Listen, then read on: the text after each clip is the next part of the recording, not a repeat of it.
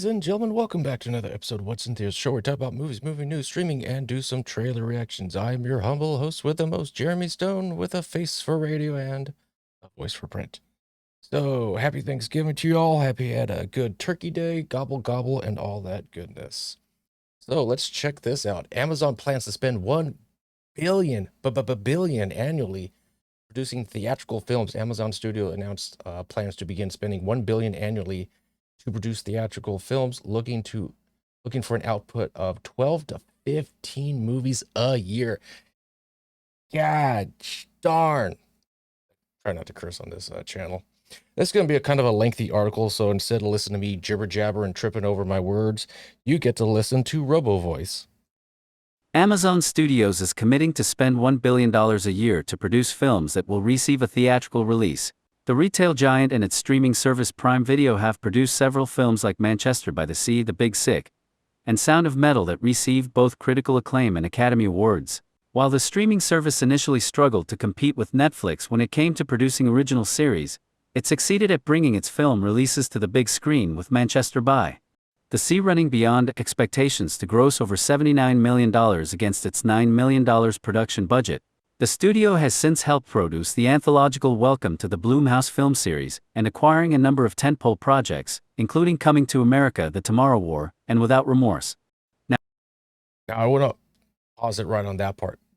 Tomorrow War, if you haven't seen that, damn, it's like Terminator meets was it a Live Die Repeat, the Tom Cruise Emily Blunt film? It was pretty damn good. I gotta say, I was pleasantly surprised. Let's continue. Now Amazon is looking to double down on its efforts to be a serious contender at the box office, committing $1 billion a year to produce films for theaters. Bloomberg reported that this commitment is close to Universal and Warner Bros.' yearly budget, indicating Amazon's interest in competing directly with the major studios.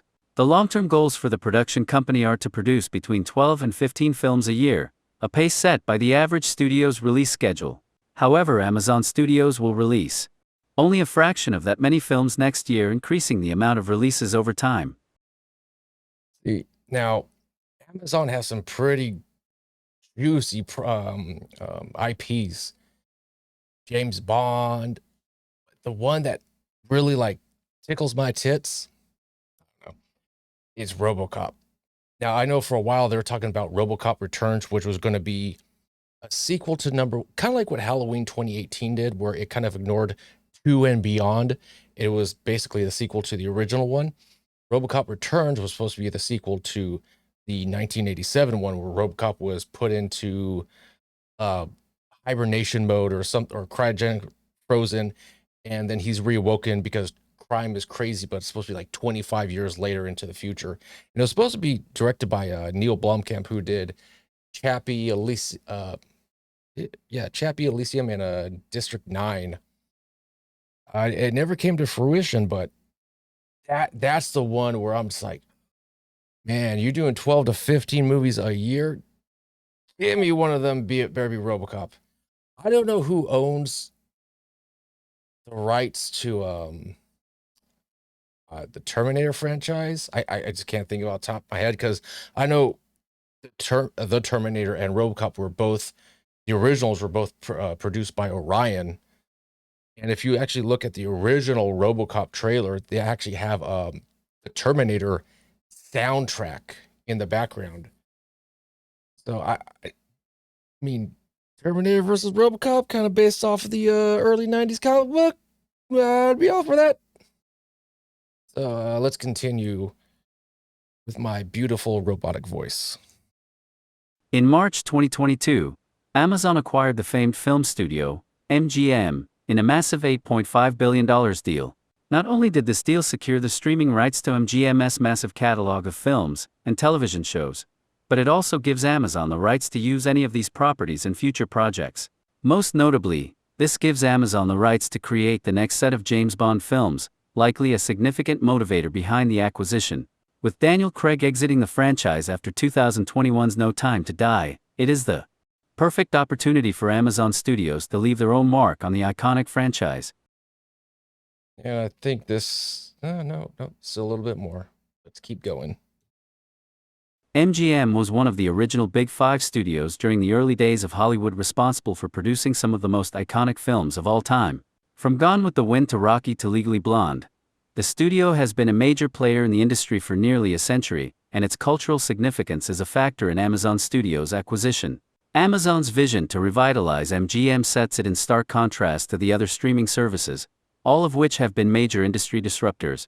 The studio's respect for the industry's tradition may just be a public relations move, but a smart one nonetheless, especially with their new plans to spend $1 billion to produce theatrical films. Yeah, because you talk, yeah, with the Rocky franchise, fuck, that's money maker. That's a cash cow right there. Once again on RoboCop, because favorite film of all time. I know they were talking about doing a RoboCop prequel television series, kind of under the working name of Detroit, and I was kind of rather opposed to that. Like you're gonna give us a RoboCop less RoboCop series, and at the very end of the series, it'd be like, yeah, graduating from police academy officer Alex Murphy, and go, oh, there's my little cameo. I know what happens to you in the future. Or they would have rookie Alex Murphy on some kind of sting operation. And is he going to make it? He's going to make it. Well, obviously he makes it because, we see him in RoboCop, and then he gets blown into Swiss cheese. Let's see. So if they were, I just want something RoboCop, damn it. Whether it's a movie, another remake, a television series, I don't care. Give me that robo juiciness. The film distribution industry has still struggled to recover from the massive losses theaters experienced in 2020 during the COVID-19 pandemic as more people choose to stream movies at home. A push from one of the leading streaming content producers might be the jumpstart the industry needs. When the news of Amazon's plan for 15 theatrical releases a year hit Wall Street, shares for AMC Entertainment Holdings Incorporated rose 9.2% and Cinemark Holdings Incorporated rose by about 12%, marking a promising sign for the marriage of the two industries. However, Amazon Studios has a long road ahead if they intend to bring the industry back to its pre-pandemic state. That's one of the biggest regrets I have is I was planning on buying shares of AMC back when it was like $2.12. And I didn't because Robinhood asked for like a social security number. And I was like, I'm kind of freaked out by that, because I'm identity theft and all that nonsense. And then lo and behold, because I was going to buy like 1,000 shares of it, and it cost me what, $2,100. And then lo and behold, meme stock, Amazon to the moon, GameStop to the moon, and AMC went up to like what, $64.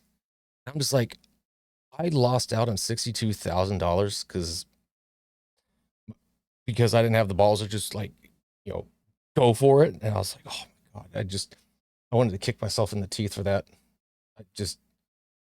Oh my God. Anyways, but yeah, you talking about giving that James Bond franchise another go around? Hell yeah. RoboCop, duh, again. More Rocky / Creed. I mean, 12 to 15 movies a year. That's a juicy commitment. I gotta say, I'm quite intrigued, and I really do hope they go for it. Anyways, it's Jeremy Stone. Comment down section below. Let me know your thoughts. And as always, you take care, take it easy, and happy holidays.